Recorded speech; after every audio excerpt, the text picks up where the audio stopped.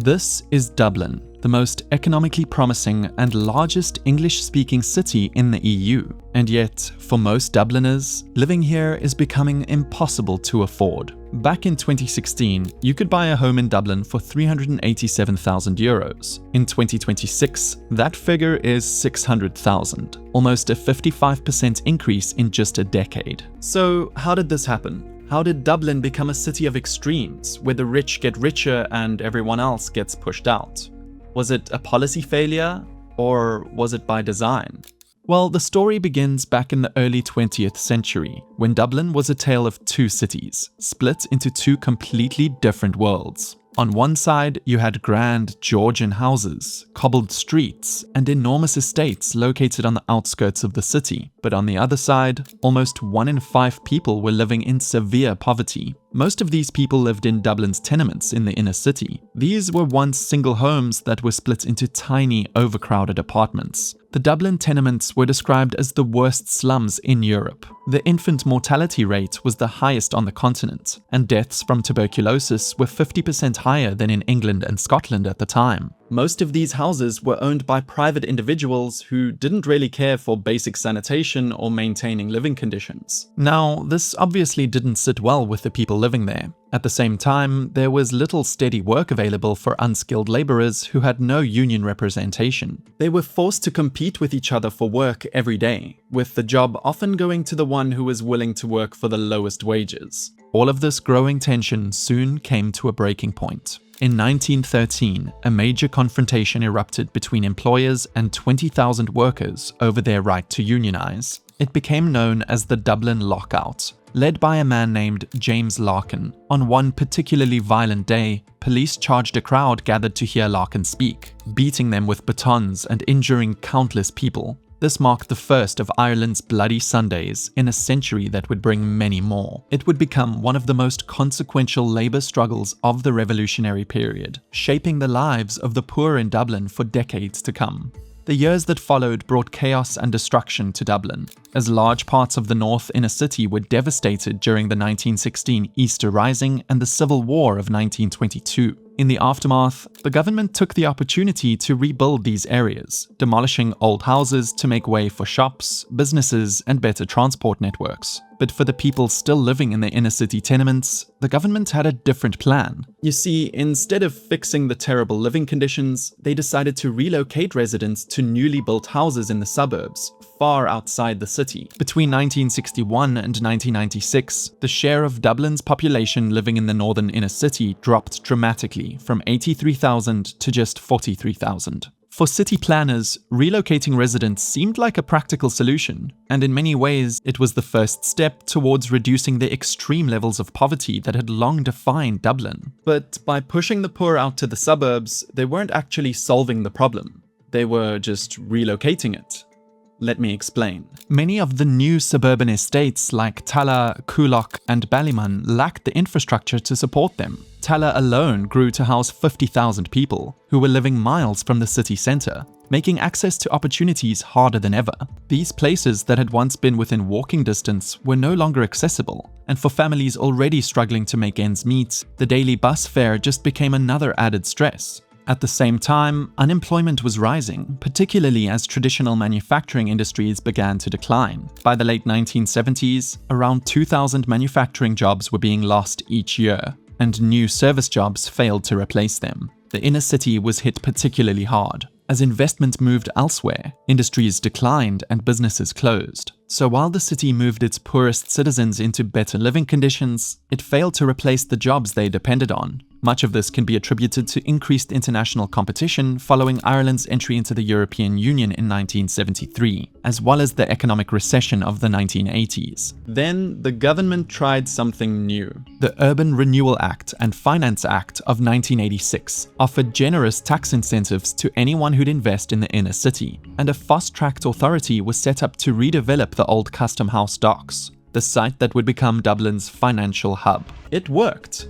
Maybe too well. See, from 1994 to 2007, Ireland went through a period of rapid economic growth and transformation. In the space of a few years, it seemed that the country had somehow become the economic powerhouse of Western Europe. This was the dawn of the so-called Celtic Tiger, and it was about to change Dublin as a city forever. The transformation of Ireland from one of Europe's poorest countries to one of its wealthiest brought rapid social mobility and the expansion of the middle class. Living standards in Dublin improved, and it also led to an increase in the number of people choosing to migrate to the city. At first, this was mostly the return of Irish-born migrants and their families, particularly from the UK. But this was soon followed by a much larger wave of immigration from Eastern Europe, as well as parts of West Africa and India. By 2004, Ireland was ranked the most globalized country in the world, and by 2006, migrants born outside Ireland and the UK made up 13.3% of Dublin's population, almost 5 times what it had been just a decade before. Many more people came, but poverty didn't just disappear because Ireland was going through a process of prosperity.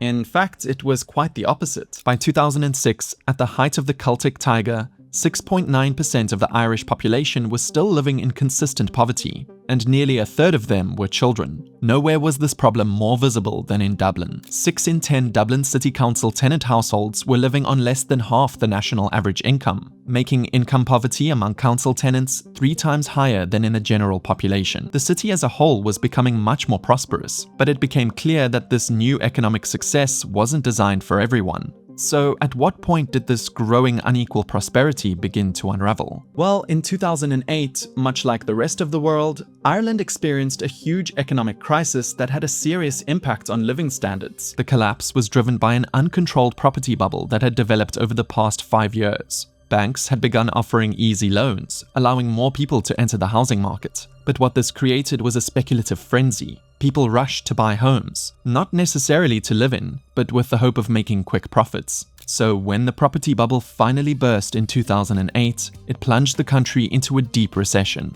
Funding for new social housing was cut by more than 88% between 2008 and 2014. At the same time, austerity measures and social welfare cuts hit low-income families the hardest. And as a result, the gap between the richest and poorest grew by more than 25% by 2010. Perhaps the most shocking outcome of the financial crisis was how Dublin basically became a habitat for homelessness. By 2015, almost 5,500 adults were accessing emergency homeless shelters in the city, while the number of homeless children in Dublin had increased by 101% in just 1 year. But the government was faced with the problem of nearly 90,000 households on the social housing waiting list, while at the same time, the number of rental properties continued to fall. And that brings us to today. And looking at Ireland now, at least statistically, you wouldn't think it's a country where people are living in consistent poverty. But appearances can be deceiving. On paper, Ireland looks extremely rich, with the second largest GDP per capita among the EU countries, at 137% above the average. But that wealth is distorted by multinational tax structures. Tech and pharmaceutical giants book profits in Ireland because of its tax system, making GDP look far higher than ordinary living standards suggest. But that money is flowing back to foreign shareholders and parent companies, and not necessarily to Irish workers or public services. That's what Paul Krugman famously called leprechaun economics, after Ireland reported a bizarre 26% GDP surge in 2015. The country looked richer, but that dramatic growth didn't reflect the reality of everyday life. The inequality was growing, with many of its people falling into deeper poverty. Now, at this point, what all of this has revealed is a pattern. The underlying problems Dublin's poor have been facing since the tenements were never truly solved. Decades of distorted housing policy have left Dublin with one of the most severe shortages of affordable homes in Europe. Across Ireland, rent prices have skyrocketed to more than 4 times the EU average, rising by 115% between 2010 and 2025. At the same time, house prices have continued to climb. In 2017, the average price of a new home was €310,000. And as I said in the beginning, in 2026, just 2 years later, house prices have reached up to €600,000. But just like it was in the past, housing is being treated less as homes for those who need it the most, and more as a financial asset for the rich. In Ireland, property is often seen as a safer and more attractive investment than stocks or ETFs, because returns on those assets can be taxed so heavily. In fact, Ireland has the highest top dividend tax rate among European countries, at 51%. This makes buy-to-let real estate very appealing in cities like Dublin. and this speculation drives prices up much more than population growth would alone. When that's the system, it's not surprising that investors turn to property instead. In 2025, investment funds bought or developed 56% of all new homes in Dublin, locking countless people out of home ownership. But the problem isn't just who housing is being built for, it's also the type of housing being built. Unlike many other European cities, Dublin never developed enough medium-density housing like small apartments and studios to support affordable urban living. In fact, bedsits were banned in Ireland under 2009 rental regulations. The goal was understandable. Nobody wanted a return to tenement-style housing, but the city failed to replace that cheap housing with a modern affordable alternative. Today, the average monthly rent for a two-bedroom apartment in Dublin is €2,438. This is far outpacing national incomes. Between 2012 and 2022, wages rose by just 27%, while house prices increased by 75% and rents by 90%. The result is a system where housing costs have become completely detached from what people can afford. In Dublin today, the average home costs more than 10 times the average wage. And for many, this is just unsustainable. It's pushing them out of the city completely. During the pandemic between 2020 and 2023, almost 30,000 households were evicted. Now combine that with a severe lack of social housing, and the result has been the highest levels of homelessness in Ireland on record, with Dublin accounting for almost 70% of it. With such dramatic changes over the past few years, the government has ultimately failed to develop Dublin in a way that matches demand. In many ways, it shares the same pressures as London. Both cities are suffering from soaring rents, rising living costs, exploitative landlords, and public services that are pushed too thin. But unlike London, Dublin has ended up with all the burdens of a global city and almost none of the benefits. Take public transport, for example. Dublin is still the only large Western European capital without a metro. The result is a city where too many people have no choice but to rely on cars to get everywhere.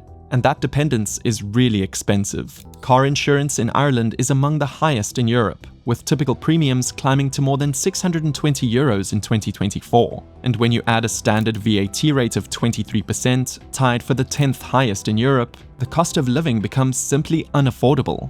What's funny is that if we go back to 2006, the EU reportedly used Dublin as an example of what not to do when it comes to urban planning. Because at its core, the problem is about space as well. Many people say Dublin is full, which in many ways it is, but if you look strictly at the urban planning, it tells a very different story. At first glance, you might assume that the city has just run out of available land to build more homes. But that's not really the case here. In fact, for decades, urban planners have been reluctant to build upwards. Dublin has a reasonable population density by European standards, comparable to places like Madrid or Vienna. But despite that, when you walk around the city, most of its buildings sit surprisingly low to the ground. So why, in the middle of a housing crisis, does Dublin not just build up?